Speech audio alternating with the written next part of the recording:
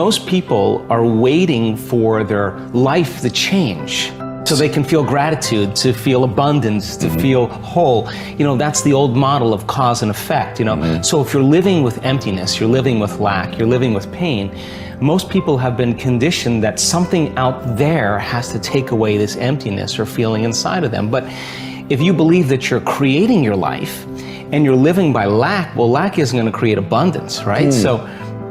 So then it makes sense then that you don't really actually create wealth, you generate wealth, you generate abundance. So the moment you start teaching your body emotionally what that future is going to feel like before it's made manifest, well, your body, as the unconscious mind, believes it's living in that future in the present moment. Now, it's a scientific fact that it's the environment that signals the gene. The end product from an experience in the environment is an emotion.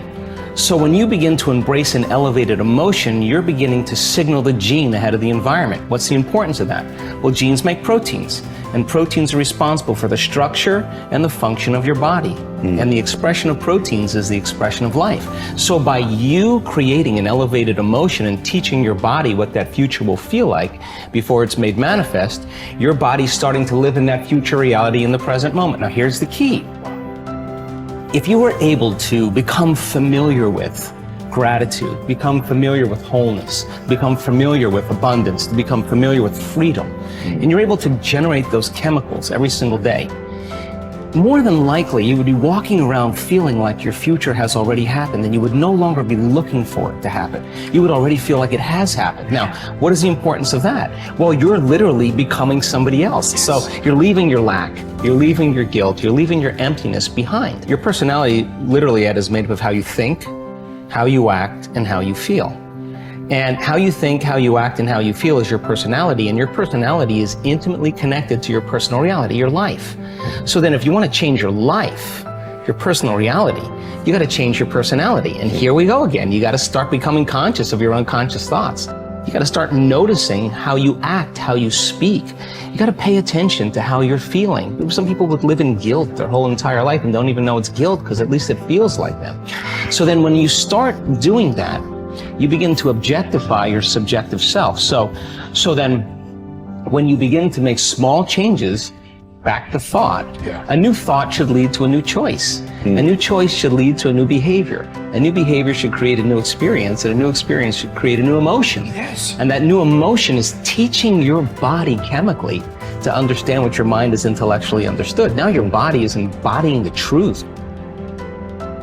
I believe in human possibility, human potential, and I think that one of our biggest limiting beliefs is the belief of how limited we really are. And so my interest is to give people the science to begin to understand how powerful they really are. And I think that science really is the language that does that really well. And the new sciences like quantum physics and neuroplasticity, neuroscience, neuroendocrinology, psychoneuroimmunology, the mind-body connection, epigenetics, all of those sciences point the finger at possibilities. So I want to create a language for people from a philosophical or theoretical standpoint for them to begin to understand what's possible. But then I want to be able to have those people begin to wire that information in their brain completely, because learning is making new connections, right, in the brain. But remembering is maintaining and sustaining those connections. And it's so much easier to lose our vision than to remember it, right? So then we have to begin to hardwire the brain or install the neurological hardware in preparation for an experience. So the more people understand what they're doing and why, then the how gets easier. So I want to then set up the conditions in an environment, in a workshop where people can begin to apply or personalize what they learn so that they can have an experience. An experience then further enriches the brain. But the prize of an experience is an emotion. And once you start feeling unlimited, once you start feeling abundant, once you start feeling worthy, now you're teaching your body chemically to understand what your mind has intellectually understood. So knowledge is for the mind and experiences for the body, and people begin to embody the truth of that philosophy. Now, if they can repeat it over and over again, it'll become innate in them. It'll become natural, second nature, it'll become easy. They'll begin to master that philosophy. So I want people to begin to understand that thoughts are very powerful. Feelings drive our thoughts, and that they can begin to create a better life for themselves once they understand some of these principles. Your capability is constant, but how much of it you use depends upon the identity you have for yourself. For example, if you feel certain that you are an outgoing, outrageous person, you'll tap the resources of behavior that match your identity. Whether you see yourself as a wimp or a wild man, a winner or a wallflower, will instantly shape which capabilities you access. You may have read the book Pygmalion in the classroom, which details the dramatic change in students' performance when they become convinced that they are gifted. Time and again, researchers have shown that students' capabilities are powerfully impacted by the identities they develop for themselves as the result of teachers' belief in their level of intelligence. In one study, a group of teachers were told that certain students in their classes were truly gifted and to make sure that they challenged them to continue to expand. As can be expected, these children became the top achievers in their class. What makes this study significant is that these students had not actually demonstrated higher levels of intelligence. And in fact, some had previously been labeled poor students.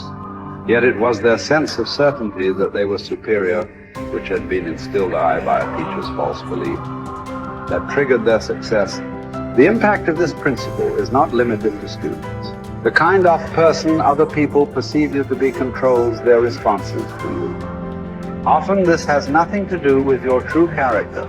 For example, if a person sees you as a crook, even if you're an honest person and do good things, this person will search for the sinister motive behind your acts. What's worse is that after making a positive change, we often allow others in our environment who have not changed their image of us to anchor our own emotions and beliefs back into our old behaviors and identities. We all need to remember that we have tremendous power to influence the identities of those we care about most. The best effect of fine persons is felt after we have left their presence. Ralph Waldo Emerson. We all will act consistently with our views of who we truly are, whether that view is accurate or not. The reason is that one of the strongest forces in the human organism is the need for consistency. Throughout our lives, we've been socialized to link massive pain to inconsistency and pleasure to being consistent. Think about it. What labels do we attach to people who say one thing and then do another, who claim to be one way and then behave another? We call them hypocritical, fickle, unstable, unreliable, wishy-washy, scatterbrained, flaky, untrustworthy. Would you like to have these labels attached to you? Would you even like to think of yourself in this way? The answer is obvious. A resounding no as a result whenever we take a stand, especially a public stand, and state what we believe, who we are, or what we're about. We experience intense pressure to remain consistent with that stand, regardless of what that inflexibility may cost us in the future. Conversely, there are tremendous rewards for remaining consistent with our stated identities. What do we call people who are consistent? We use words like trustworthy, loyal, steady, solid, intelligent, stable, rational, true blue. How would you like to have people consistently use these labels to describe you?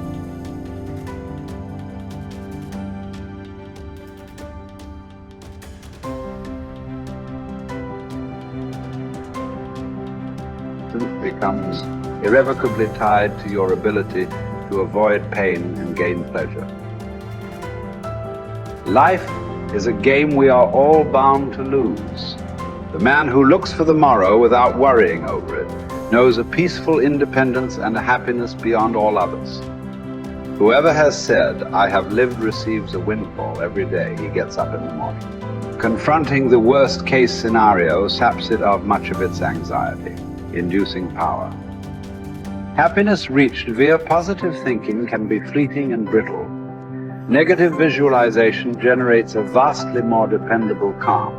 It is a ridiculous thing for a man not to fly from his own badness, which is indeed possible, but to fly from other men's badness, which is impossible. Hour by hour resolve firmly to do what comes to hand with dignity and with humanity, independence, and justice. Allow your mind freedom from all other considerations. This you can do if you will approach each action as though it were your last, dismissing the desire to create an impression, the admiration of self, the discontent with your lot. See how little man needs to master for his days to flow on in quietness and piety. He has but to observe these few counsels, and the gods will ask nothing more. When force of circumstance upsets your equanimity, lose no time in recovering your self-control, and do not remain out of tune longer than you can help. Habitual recurrence to the harmony will increase your mastery of it. If you apply yourself to study, you will avoid all boredom with life. You will not long for night because you are sick of daylight. You will be neither a burden to yourself nor useless to others. You will attract many to become your friends, and the finest people will flock about you. Life is neither a glorious highlight reel nor a monstrous tragedy. Every day is a good day to live and a good day to die. Every day is also an apt time to learn and express joy and love for the entire natural world. Each day is an apt time to make contact with other people and express empathy for the entire world. Each day is perfect to accept with indifference all aspects of being. Perhaps struggle is all we have because the God of history is an atheist and nothing about his world is meant to be. So you must wake up every morning knowing that no promise is unbreakable, least of all the promises of waking up at all. This is not despair. These are the preferences of universe itself. Verbs over nouns, actions over states, struggle over hope. And here are two of the most immediately useful thoughts you will dip into. First, that things cannot touch the mind. They are external and inert. Anxieties can only come from your internal judgment. Second, that all these things you see will change almost as you look at them, and then will be no more. Constantly bring to mind all that you yourself have already seen change. The universe is change. Life is judgment. Each of us is impermanent wave of energy folded into the infinite cosmic order. Acknowledgement of the fundamental impermanence of ourselves unchains us from the strictures of living a terrestrial life stuck like a needle, vacillating between the magnetic pull of endless desire and the terror of death. Once we achieve freedom from any craving and all desires, and we are relieved of all titanic fears, we release ourselves from living in perpetual distress. Once we rid ourselves from any impulse to exist, we discover our true place in the universal order. The composition of our life filament is exactly right when we accept the notion of living and dying with equal stoicism.